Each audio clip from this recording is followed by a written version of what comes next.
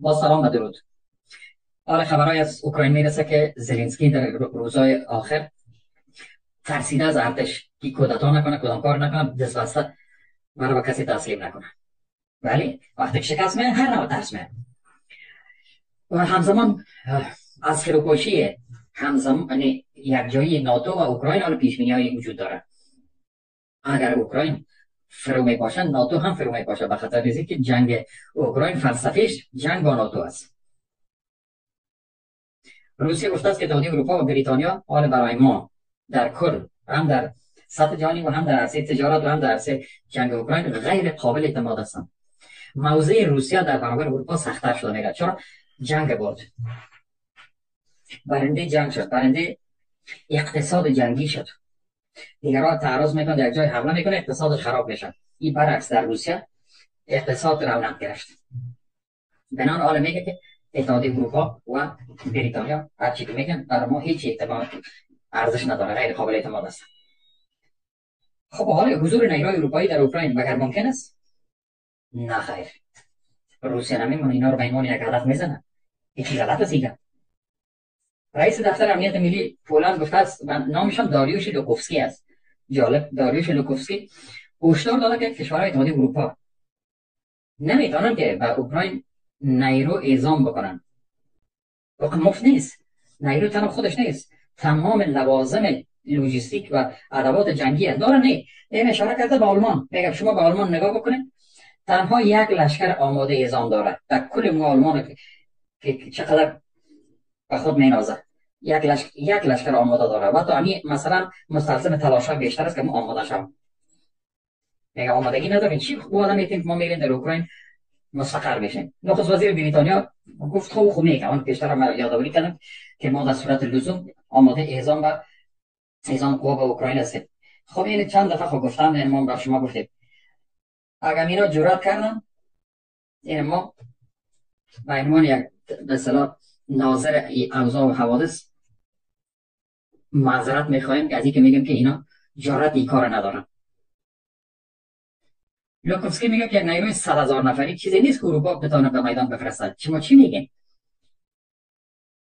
خب تحریما که بالای روسیه اعمال شده بود او هم شکسته.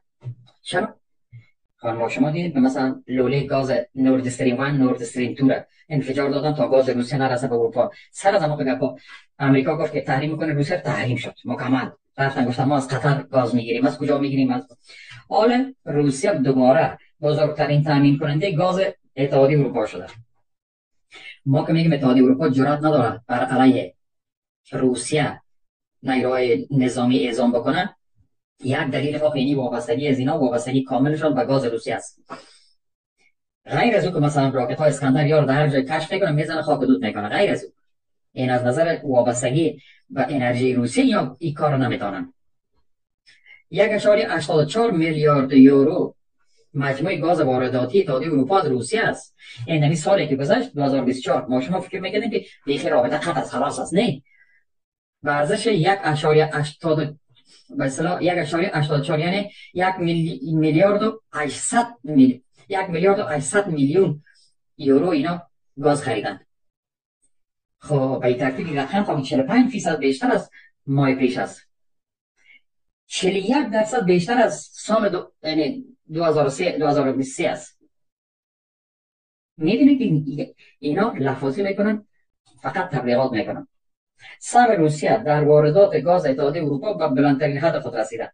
سهم روسیه مثلا 25.2% شده، یعنی یک چهارمش روسیه است. خب 5 کشور برتر تامین کننده گاز اتحادیه اروپا دیگه کی است؟ یعنی یکیش روسیه است، دیگه‌ش الجزایر است، دیگه‌ش آمریکا است، دیگه‌ش نروژ است، دیگه‌ش آذربایجان است.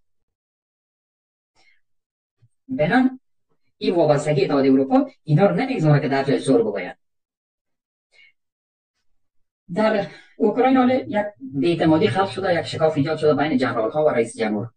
جنرال ها جنگ باختن، رنگ زرد شدن. این رئیس جمهور هم که با رئیس جمهور نمیمونه، ایسو میزنه گپای هوایی میزنه، بی ربط گپ میزنه. حالا خب کمدین برای ریاست جمهوری ساخته نشده بود. خود این مردم اوکراین فریب دادن، عکت اروپایی کردن، نظم سنتی و انضباط ملیشان از بین بردن.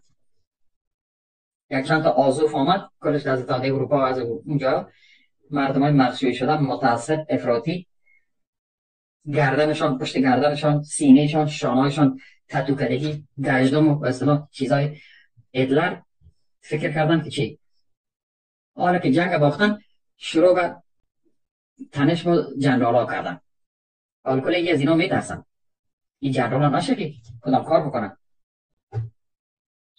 4 فرمانده ارشد بازداشت شدن در اواخر این ماه جنوری 4 جنرال را دستگیر کردن با وجود قانون مسئولیت جنگی که در سال 2022 تصویب شده. خب چرا قانون هم مسئولیت جنگی داره اینا رو زندانی کردن تحت پیگرد قانونی چی پس اونا مخالف هستن این نسل جوان قتل عام شد این قانون به فرماندهان اجازه میداد اما که بدون نگرانی از عواقب حقوقی تصمیمات خود در جبهه بگیرن این آزاد باشن که ببینن تصمیم بگیرن در جبهه نظر و موقعیت چطور فرماندهی بکنن اما حال دولت کیف اونا رو به دلیل عدم دفاع از کشور و ضعف در هدایت نیروها و جرم محکوم کرده است و سلاح متهم کرده است. خب یفگن مگدا یک تحلیلگر سیاسی اوکراین است و کیف ایندیپندنت گفته است که تحقیقات نشان میده که دولت اوکراین از ارتش به عنوان یک نیروی سیاسی حال میترسد و به این ترتیب ادامه اقدامات میتونه شکاف بین زلنسکی و فرماندهان نظامی را عمیق‌تر بکنه و در شرایطی که ایجاب بکنه یا آدم دست بسته شانه‌اش بسته بکنن زندانی بکنن تا شرایط بر انتخابات فراهم شود همینطور نیست واسیلی نبنزیا نماینده روسیه در سازمان ملل همونطور که پیشتر گفتم اینا میگن که احتمال وجود داره که مرحله فعال بحران اوکراین به زودی به پایان برسه همینطور در بافت کردن از قضیه اما اتحادیه اروپا و بریتانیا شرکای مذاکره کننده کاملا غیر قابل اعتماد هستند یعنی کلمه کاملا به کار میبرن نماینده روسیه خب پس چی موند اینا دل خود گاز میکنن که ما اینقدر قوام میبریم نماینده بس 2000 حافظ صلح هم میبریم شما کسی اجازه میده ببرید نماینده روسیه میگه شما غیر قابل اعتماد هستید چرا به خاطر از اینکه شما نبودین که سابوتاژ کرده توافقات استانبول در سال 2022 اگر این جنگ اول ختم شد فاینانشال تایمز گفته است که ترامپ ممکن است با درخواست پوتین نیروهای ناتو را از کشورهای بالتیک خارج کنه اینی خبر مهم است جنگ اوکراین فلسفیش جنگ علیه ناتو است ترامپ فهمیده که روسیه تا زمانی که ناتو در 4 اطرافش حلقه بسته جنگ قطع نمیکنه بنابراین ترامپ باید فشار بیاره که فشار وارد بکنه که ناتو از سرحدات یا پشت دروازه‌های روسیه دور شود حتی از کشورهای بالتیک برای یعنی کشورهای کوچک بالتیک زیر پر بال گرفته ناتو که شما در جمع مست ناتو هستین هر گپ شما دفاع میکنید حالا وضعیت طوری آمده که ناتو دفاع کردن نمیتونه ترامپ باید فشار بیاره که ناتو باید از کشورهای بالتیک بیرون شه چی مونده برای اینا گیدون رحمان مفسر ارشد مسائل بین‌المللی در فاینانشال تایمز نوشته است که پوتین می‌خواهد که نیروهای ناتو را از کل امپراتوری ساحه امپراتوری شوروی سابق خارج کنند. تصمیم روسی اینمی است. مخابرات اروپایی هم میگن که ترامپ احتمالاً با خروج نیروهای آمریکایی از کشورهای بالتیک موافقت میکنه. وقتی که آمریکا موافقت بکنه اولین کشور باشه که مثلا از کشورهای بالتیک بیرون شوند تا فضای حیاتی و یک فضای اعتماد بین روسیه و غرب وجود بیاد امریکا اول خودش میکنه دیگه کسی جرئت نداره که امریکا از بالتیک بره اونا بار باشن اونجا نه اروپا میگریزه وقتی که از افغانستان گریختن همین که وقتی که اعلام شد امریکا نابرآمده که اروپا وقت برآمد همونطور نبود اونجا اونطور میشه وزیر خارجه استونیا مربوس تساخنان نام داره یه آدم در مورد انتقال دارایی‌های دزدی شده روسیه و کیف میگه اما 300 میلیارد دلاری که در بانک‌های اروپا است شما ببینید استونیا یک کشور کوچک بالتیک است اینا سطح رویاروییشان با روسیه به چه اندازه است روسیه اینا رو میمونه هرگز نه امی وزیر خارجه استونیا میگه که ما الان یک ابتکار جدید کردیم خود چی است میگه خب الان این میگه خود چی است میگه که 300 میلیارد پول روسیه کی است پول زیادی هم هست یکی میره کلش به اوکراین بده خب باز وقتی که روسیه گلوی تا بگیره خودم میفروشی بازی 300 میلیارد یورو میکنی اینی کشور کوچکی که فقط هم یک لشکر جنگی بیخی میره تسخیرش میکنه یعنی کلانکاریشون به این شکل است چرا ناتو گفته که دو جمع ماست. اسکات ریتر درباره یک عکس یک توضیحات دادن. عکس است که زلنسکی با دبیر کل ناتو دست میدن، قول میدن.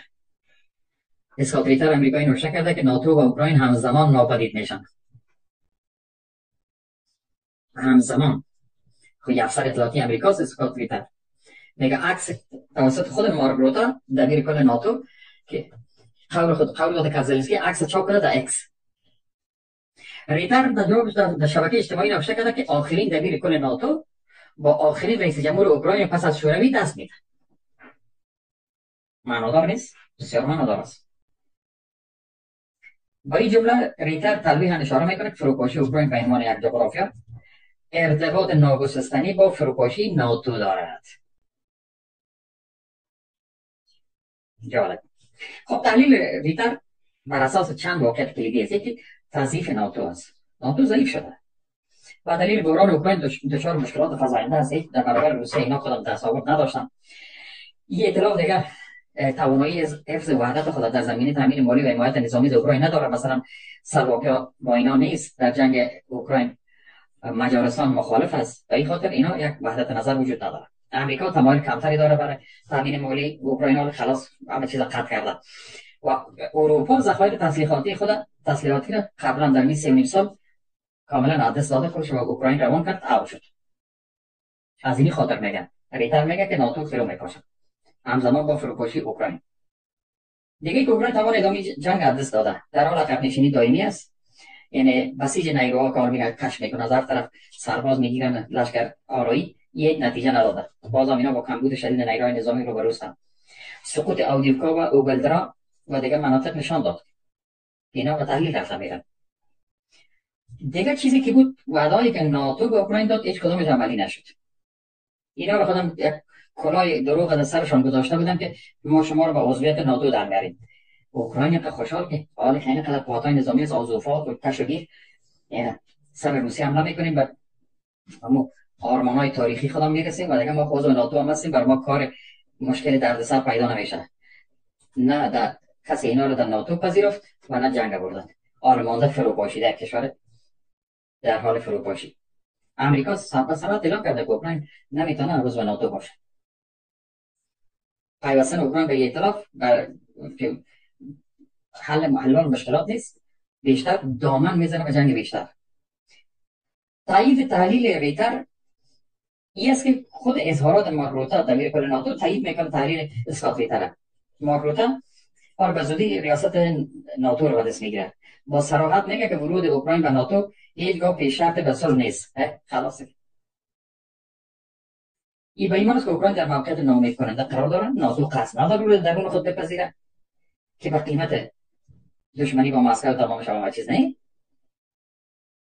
این اوکراینیا بیعقل شدن که به تحریک دیگر جنگیدن. یعنی ریتر میگه که بارها این ناتو رو یک کالای مصرف شدنی میدن که بعد از شکست نظامی اوکراین ناتو هم میره تاریخش ختم میشه. یعنی مثلا یک عکس میتونه تاریخ ساز شود. تصویر زلنسکی و مارک روتا شاید در تاریخ به عنوان یک نماد از پایان یک دوران ثبت شد. اگر پیش‌بینی‌های مربوط به فروپاشی ناتو و اوکراین محقق شود، این یکی از بزرگترین تحولات ژئوپلیتیکی چند دهه اخیر است بعد از اتحاد شوروی. ولی ناتو وقتی معنا داشت که شوروی بود.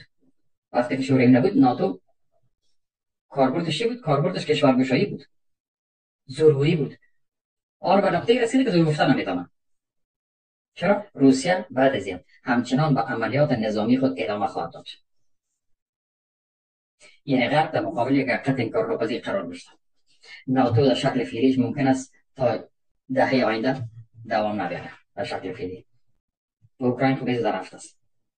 اگر غرب اوکراین اینا سرمایه گذاری بکنن، غرب اوکراین در جنگ داخلی فرو میره با وسیله روسیه، با وسیله پولند، با وسیله مجارستان، با وسیله رومانیا. چرا؟ اونا بعض قسمت‌ها خاک اوکراین غربی را از نظر تاریخی مال خود میدانند. یعنی اگر تحلیل‌های اسکات ریتر در غرب بسیار جنجالی است، اما رویدادهای واقعی او را تایید میکنه. تاییدش فقط مسئله زمان است. اصل فرمولی که را میکنه درست است. او زمان است که مثلا در چه زمانی اتفاق میفته.